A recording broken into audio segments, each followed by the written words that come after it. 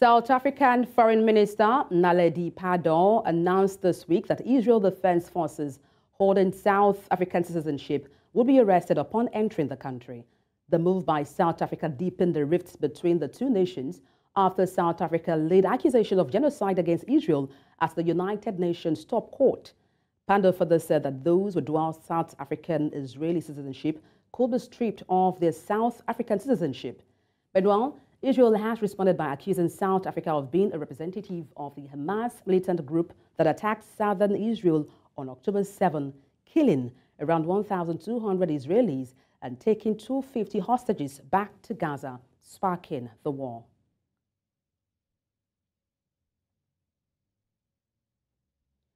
The Commissioner General of UN Relief and Works Agency for Palestinian Refugees, Philippe Lazarrini, who is also the head of the UN agency responsible for Palestinian refugees, has confirmed an internal report alleging Israeli abuse of Palestinian detainees taken into custody after the October 7th Hamas attack. The agency compiled an internal report citing complaints of mistreatment of Palestinians released back into Gaza. This development comes as a new UN report released this week found that there were reasonable grounds to believe that the conflict-related sexual violence was perpetrated by Hamas against Israelis during the October 7th attacks.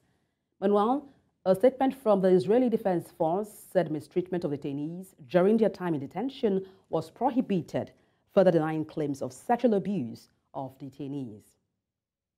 And to help unpack this, I'm joined live from Tel Aviv in Israel by News Center's correspondent Bongani Siziba. Bongani, good to have you join me. Good afternoon, Adebola. Good afternoon to our viewers. All right. I mean, you have been in Israel and also to the Lebanon border. What can you tell me about the situation on ground? The situation, like where I am in Tel Aviv, is very calm, and one wouldn't think that we are in a war zone. However, countries that borders Israel continue to fire missiles. Like on Tuesday, we were by the Lebanese border. Just 10 minutes after we left where we were, 100 missiles were fired to Israel, and we were very lucky because it was just when we left the border that these missiles were fired.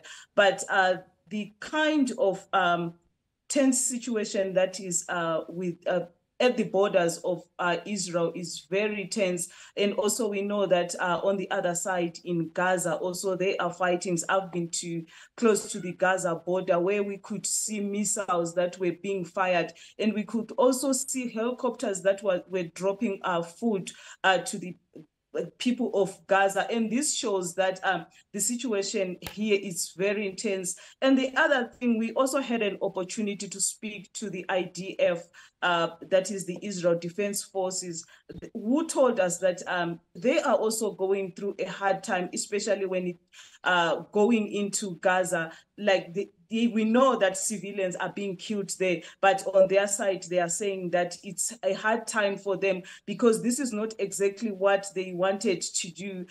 So what they are doing now is to look for the Hamas people. But however, whilst they are doing that, are also civilian casualties. We're finding that there are a lot of casualties that is happening in Gaza. But also, I had an opportunity to go to the West Bank.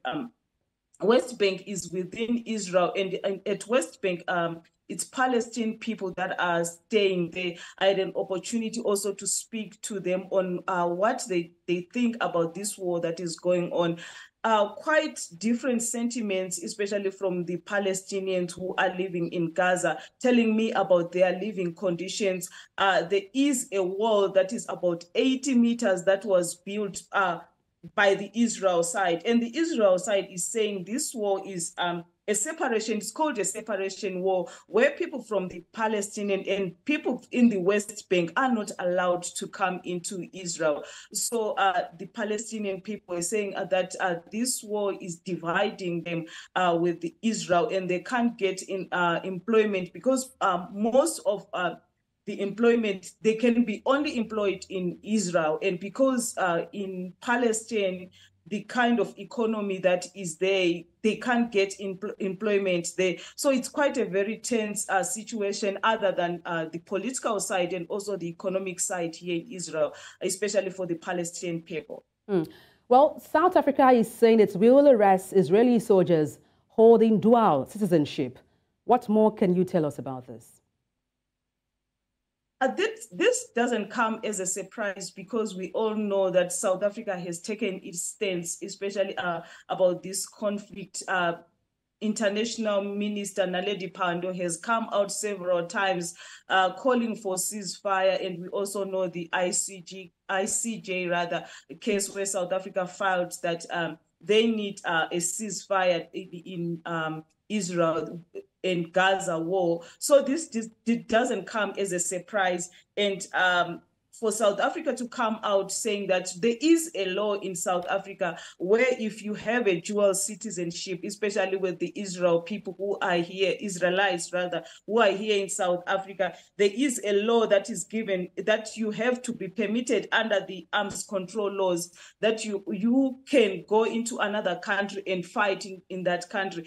Because most of these Israelis that are in South Africa are also citizens of South Africa. So for Naledi Pandor, that is the Minister of International Relations, it's justified for South Africa to say that those that have gone to fight in Gaza and taking the stance that South Africa is at, that when they come back to South Africa or when they go back to South Africa, they will be arrested. So this stance that South Africa has taken is not new. We all know where South Africa stands, especially about this conflict. Well, thank you so much for sharing your thoughts on the news. Bongani Sisiba, our correspondent right there live in Tel Aviv, Israel. Thank you for your insight. Thank you.